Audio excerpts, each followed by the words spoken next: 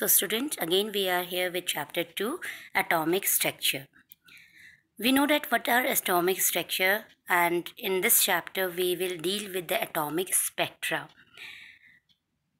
Atomic spectra, when a white light from sun is passed from a prism, it split into a series of color bands known as rainbow of colors, having a vibroid of color bands. A similar spectrum is produced when a rainbow forms in the sky. This means that sunlight is composed of collection of electromagnetic waves having different wavelength. The prism bends the light of different wavelength to different extent. The red color with the longest wavelength is deviated the least, while the violet color with the shortest wavelength is deviated the most.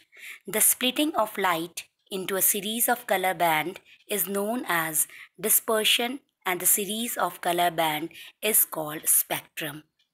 In this spectrum, there is a continuity of color, that is, one color merge into the other without any gap or discontinuity, and such type of spectrum is known as continuous spectrum. The atomic spectrum is analyzes the atom. Okay, the spectrum of the atom are not continuous, and the spectra of atom consist of sharp, well-defined lines or bands corresponding to different frequencies, and these spectrums which are obtained from an atom is known as atomic spectra, and they are of two types: emission spectrum and absorption spectrum. In emission spectrum, the radiation emitted from substances that have absorbed energy are analyzed with the help of the spectroscope. Atoms, molecules, or ions that have absorbed radiations are said to be excited. For example, when a gas or a vapor of chemical substances are heated by electric spark, light is emitted. The color of the light depends upon the substance under investigation. The emission spectrum obtained by analysis the radiation emitted by passing electric discharge to the hydrogen gas at low pressure. Such spectrum consist of lines of definite frequencies, and they are therefore called line spectrum or discontinuous spectrum also. The line spectrum is also known as atomic spectrum because it is obtained by analyzing the emitted radiations from atom by the application of heat or any other form of energy. And a particular atom will have the particular lines in the spectrum. For example, the patterns of the line in the spectrum of an element is characterized of that element only, and it is different for the other element. Therefore, they are also known as fingerprints of atom. The second atomic spectrum is absorption spectrum.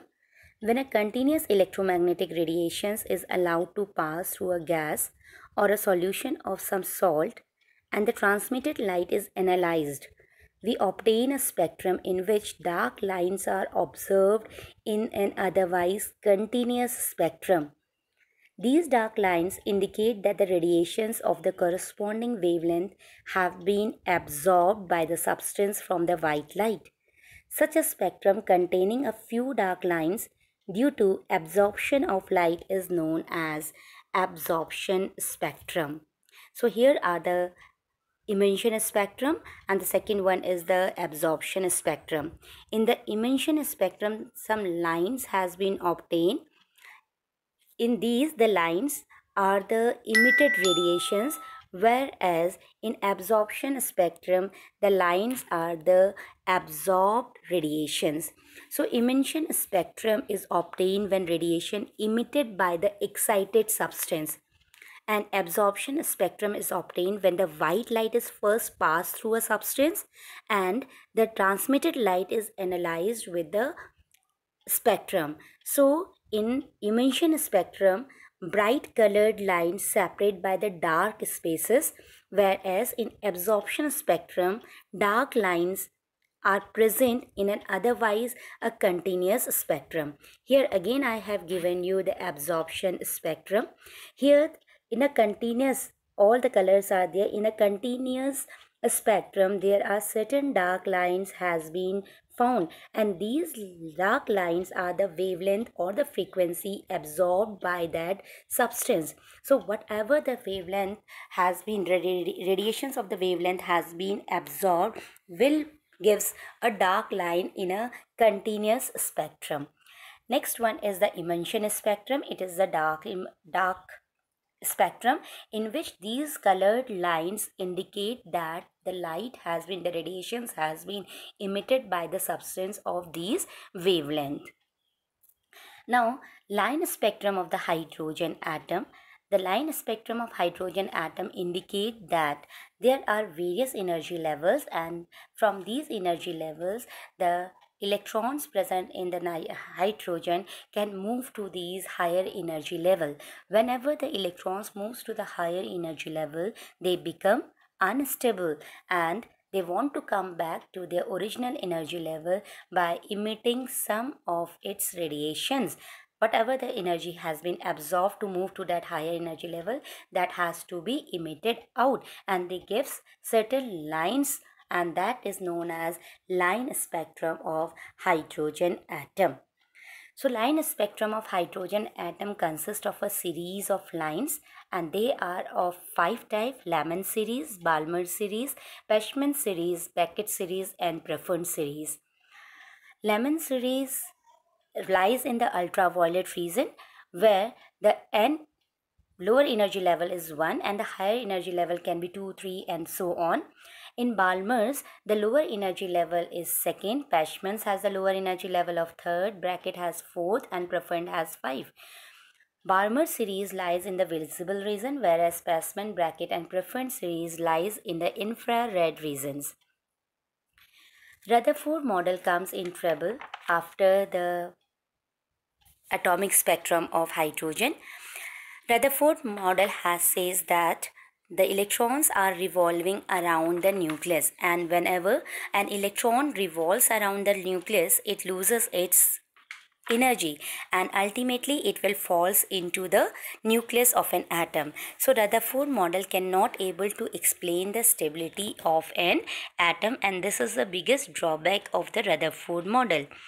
Then there comes the Niels-Bohr model, and Niels-Bohr refined the Rutherford idea by adding the electrons, that the electrons were in orbits. Rather like planets revolves around the sun in the orbits certain paths, with each orbit only able to contain a set of number of electrons.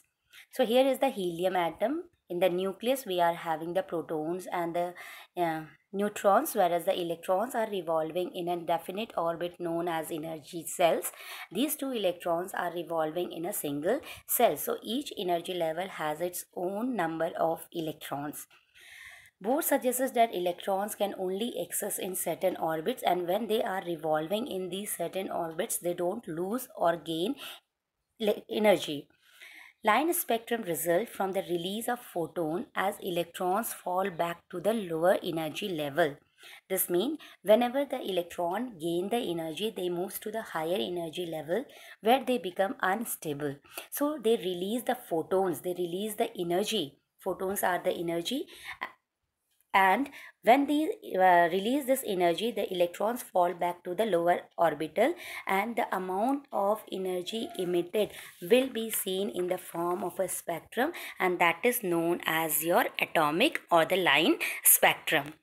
The postulates of your Bohr's model is that the electrons in the hydrogen atom can move around the nucleus in a circular path of fixed radius and energy.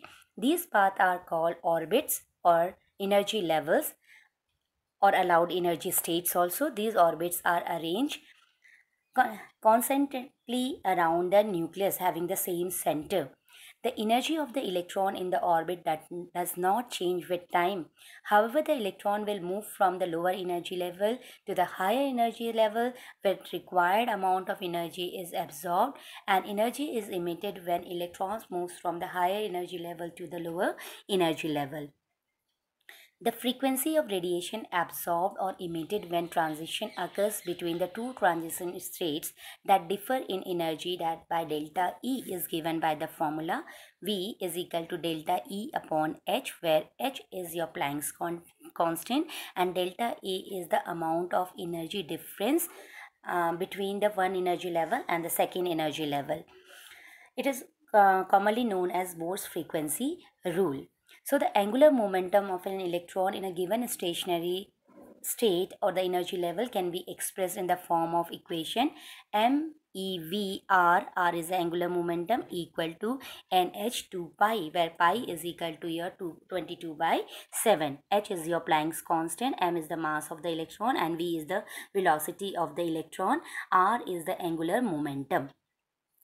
The stationary state of the electrons are numbered as 1, 2, 3 and they are known as principal quantum number. The radius of the stationary states are expressed as Rn is equal to n square A naught and the value of A is your 52.9 picometer, where n is your energy level that can be 1, 2, 3, 4 etc. The energy of the stationary state is given by the expression En is equal to RH Rydberg's constant 1 upon n square, and again is the energy quantum number or the energy levels, and R is your Rydberg's constant whose value is 2.18 into 10 to the power minus 18 joules. Energy absorbed or emitted is equal to that of the final energy minus the initial energy, and for this the Rydberg constant and F square, that is the final energy level, minus Rydberg square of the initial energy levels, and we got the expression as 2.18 into 10 to the power minus 18 joule. So the delta E will be your 2.18 into to the power minus 18 joule for any electrons to come from the higher energy level to the lower energy level. This is the limitations of the Bohr's model, and it failed to account for the finer details of the hydrogen atom spectrum observed, why the doublets and the triplets are formed, why a finer line spectrum is again divided into the small fine lines is not explained by the Bohr's model. This model is also unable to explain the spectrum of atom other than hydrogen. So hydrogen has only one electron, so he is able to explain the line spectrum, atomic spectrum of atoms containing only one electrons. However, when the electrons are present in more in number in other elements, he is not able to explain that atomic spectrum. Bohr's theory was also unable to explain the splitting of spectral lines in the presence of magnetic field, which is known as Siemens effect, and in the presence of electric field, which is known as Stark effect. Why they are again splitting into under the magnetic field and electric field, he is not able to explain it. It could not explain the stability of the atom to form molecule by chemical bond. Why atoms are combining together to form a molecule, or what type of chemical bonds lies between them, is not explained by these Bohr's model. So all this about the Bohr's model. Hope you have understand it. Next topic will be in the next video.